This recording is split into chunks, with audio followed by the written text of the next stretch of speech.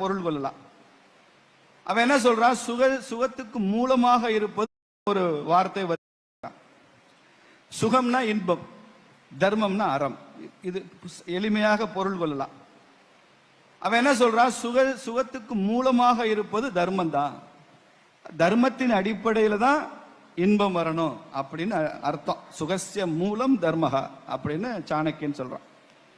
திருக்குறள்ல இது அப்படியே மொழிபெயர்த்த மாதிரி ஒரு திருக்குறள் இருக்கு. யாராவது சொல்லுவீங்களா?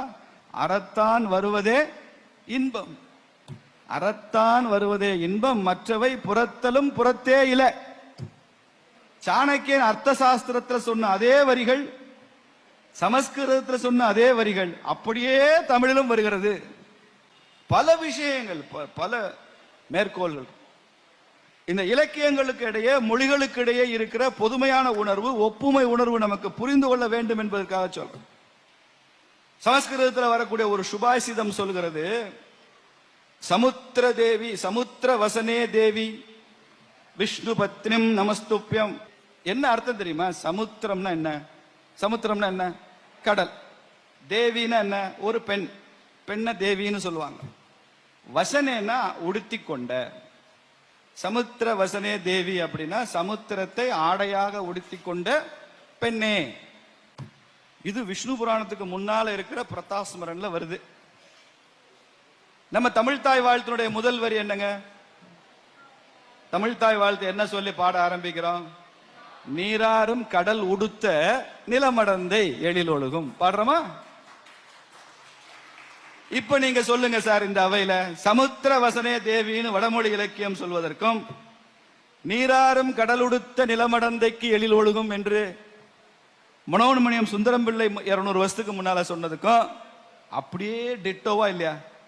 அப்படியே இல்லையா? இது யாரோ காப்பி அடிச்சாங்க நான் சொல்ல மாட்டேன். சமஸ்கிருத தெரியாம கூட இருந்திருக்கலாம் சுந்தரம் பிள்ளை அவர்களுக்கு, இந்த வரிகள் அவருக்கு தெரியாமல் கூட இருக்கலாம். ஆனால் சிந்தனையில் ஒற்றுமை இருக்கிறது என்பதை சொல்லுகிறேன். இது யார காப்பி அடிச்சாங்கன்ற அர்த்தத்தில் சொல்லல. சிந்தனையில் ஒற்றுமை இருக்கிறதா இந்த தேசத்தினுடைய சிறப்பு. சாதாரண விஷயம் அது. இதே குமார சம்பவத்திலங்க, நாரதர் பார்வதியோட அப்பாட்ட பொண்ணு கேட்க வர்றார். சிவபெருமானுக்கு பார்வதிய பொண்ணு கேட்க வர்றார். சிவன் பொண்ணு கேட்கிறாரு பார்வதிய, உன் மகளை, மலையத்வஜன் மகள் தானே பார்வதி, கட்டி கொடுக்குறியா? உன் மகளை கட்டி கொடுக்குறியான்னு நாரதர் கேட்டு வர்றார். அப்பா என்ன செய்யறாரு? மகளை பார்த்து, என்னம்மா உன்னை பொண்ணு கேட்கிறாரு, சிவபெருமானே வர்றாராம், நீ கட்டிக்கிறியா அப்படின்னு கேட்கிறான் அப்ப. அந்த காலத்து பொண்ணு இல்லையா பார்வதி, இல்லையா? இந்த மாதிரி கல்யாணம் பண்ணிக்கிறியா, இந்த மாப்பிள்ளை பிடிச்சிருக்கான்னு அந்த சீதை பார்வதிக்கு வெக்க வந்தது, தலையை குனிஞ்சு. அப்ப பெண்கள் தலை குனிஞ்சு வெக்கப்படுற பழக்கம்லாம் இருந்திருக்கு அந்த காலத்துல, புராண காலத்துல அப்படி இருந்திருக்கு. நான் பொண்ணு கேட்டு போறப்பெல்லாம் என் வீட்டுக்காரர் என்ன மிஸ்டர் அப்படிதான் கேட்பாங்களே தவிர, பார்வதி வெக்கப்படுறான். வெக்கப்பட்டு அந்த கால் பெருவிரல் நகத்தை வச்சுட்டு அந்த தரையை அப்படியே கிளறி கிளறி கிளறி கோலம் போட்டாலாம். அப்படியே காலில் அப்படி கோலம் போட்டா அது ஒரு தாமரை கோலம். தாமரை படத்தை கோலமா அப்படியே நகத்தை வச்சே வரைஞ்சாலாம். அப்போ அவங்க அப்பன் சொன்னானா, என் மக தாமரை கோலம் வரைஞ்சிட்டா கால் நகத்தை வச்சு, இது சம்மதம்னு அர்த்தம். சம்மதம்னு சொல்லக்கூட வெக்கம், இது சம்மதம் சொல்லிவிட்டா. இது குமார சம்பவத்துல காளிதாசனுடைய வர்ணனை. பார்வதி எப்படி செஞ்சாலான்னு தெரியாது, ஆனா பாருங்க ஒரு கவிஞன் அதை எப்படியெல்லாம் நயமா சொல்றான் பாருங்க. அப்ப கூட அவனுக்கு தாமரை கோலம் தான் தெரிஞ்சிருக்கு காளிதாசனுக்கு. இதுல எதுவும் உள்கூத்தெல்லாம் இல்லை சார். தாமரை கோலம் போட்டா பார்வதின்னு வருது. இப்ப அதை அப்படியே விட்டுருங்க, இது காளிதாசனுடைய வர்ணனை. இப்ப கண்ணதாசனுக்கு வருவோம்.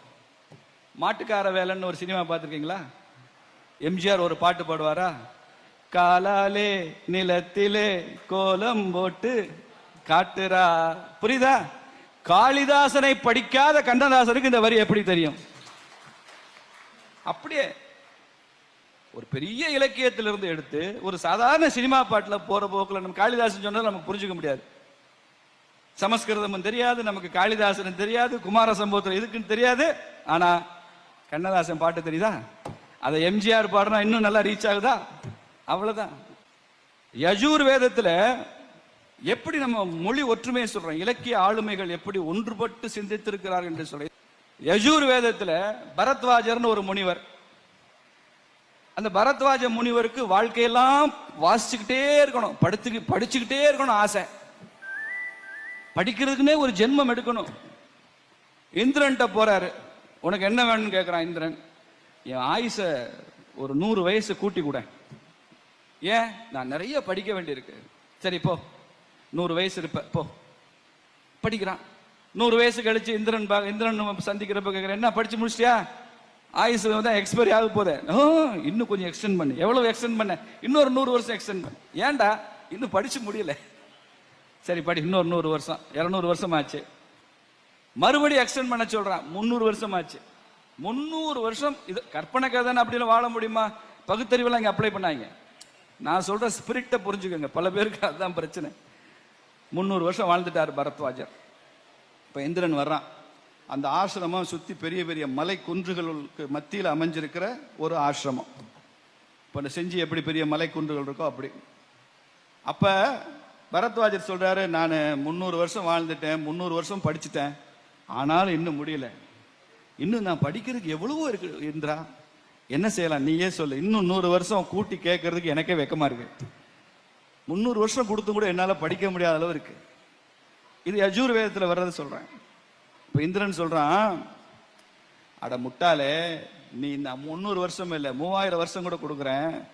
என்ன பண்ணாலும் நீ எவ்வளவு படிக்கிறியோ அது உன் கை முழங்கை அளவுதான்.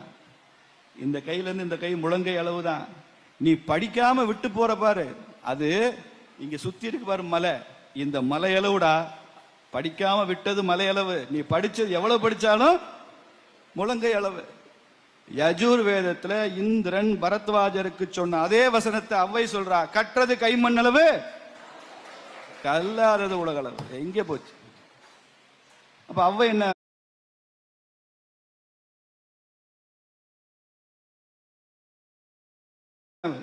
இந்திரனை பார்த்து காப்பி அடிச்சிட்டாங்க? இல்ல, சிந்தனை சிந்தனை ஒரே மாதிரி இருக்கு. கற்றவருக்கு சென்ற இடம் எல்லாம் சிறப்புன்னு தமிழ்ல சொல்றோம். வித்வான் சர்வத்திர பூஜ்யதேன்னு சமஸ்கிருதத்துல சொல்றான். வித்வான் சர்வத்திர பூஜ்யதே. எங்கு